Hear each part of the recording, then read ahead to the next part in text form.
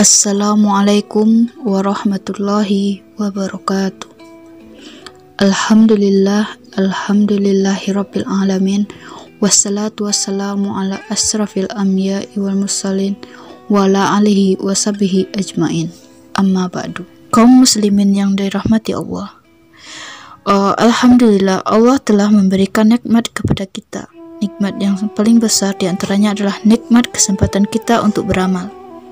Ladang untuk kita beramal itu sangatlah luas.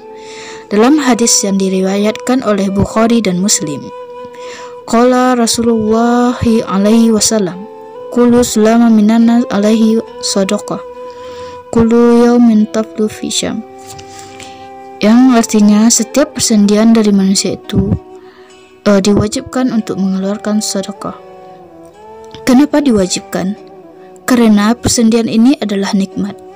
Persendian yang Allah berikan kepada kita adalah nikmat yang Allah berikan kepada kita. Nikmat ini hendaknya kita syukuri dengan melaksanakan sedekah.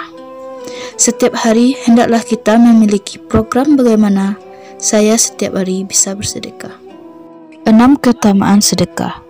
Nabi Muhammad SAW bersabda, "Bilah semua kesulitanmu dengan bersedekah." 1. Memanjangkan umur.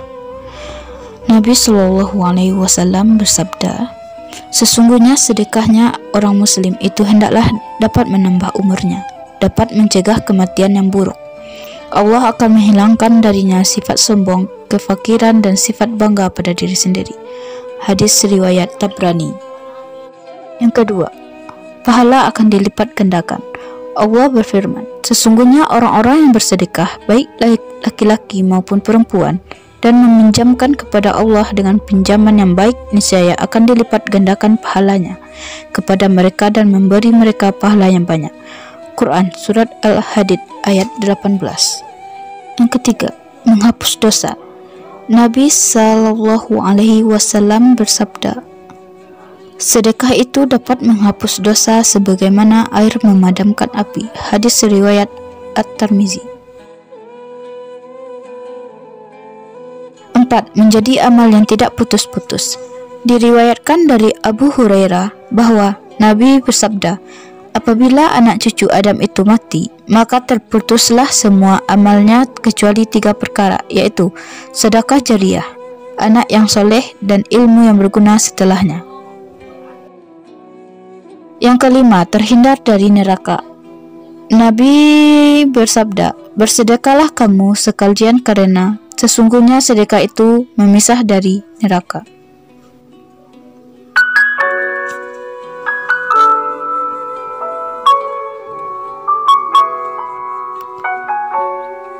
Yang keenam, mendapat naungan di hari akhir.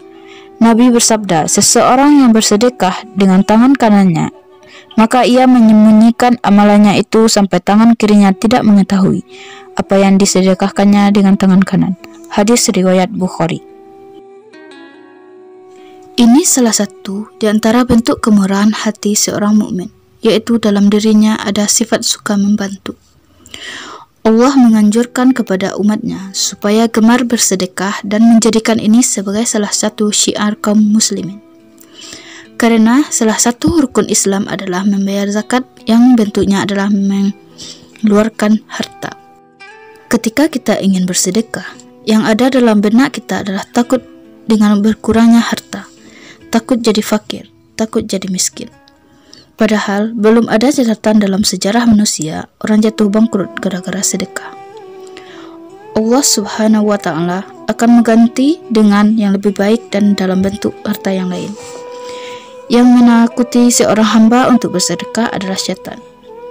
Terkadang setan ini meminjam lisan manusia dan memberikan pertimbangan yang buruk sehingga tiba-tiba saja tangan kita menjadi kaku seolah-olah tidak mampu untuk bersedekah. Rasulullah SAW justru memancing kita untuk bersedekah, bahwa tidak ada ruginya dengan sedekah. Bahkan sedekah itu tidak akan mengurangi harta kita. Ini adalah motivasi yang sangat besar sekali agar manusia mau bersedekah.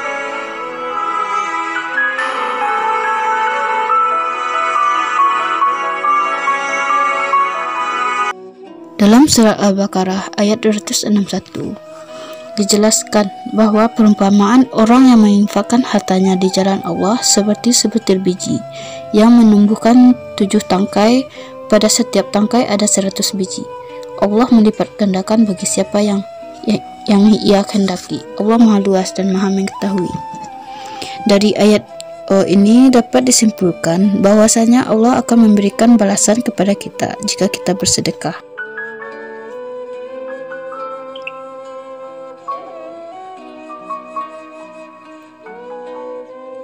Tapi janganlah kita bersedekah 1 juta dengan harapan mendapat 2 juta, sehingga kita seperti mengharapkan sesuatu dari sedekah kita itu.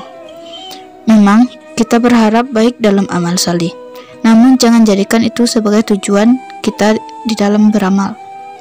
Hal itu tampak ketika apa yang diharapkan ternyata tidak terwujud. Disitulah hatinya akan terusik, mulai masuk di situ ria dan rasa penyesalan apabila tidak mendapatkan apa yang diharapkan. Maka dari itu, ikhlaskanlah niat kita dalam bersedekah.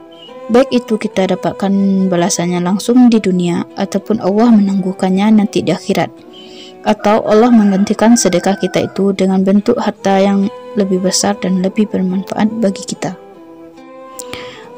Baiklah, semuanya hanya itu yang dapat saya sampaikan. Terlebih dan terkurang saya mohon maaf. Assalamualaikum warahmatullahi wabarakatuh.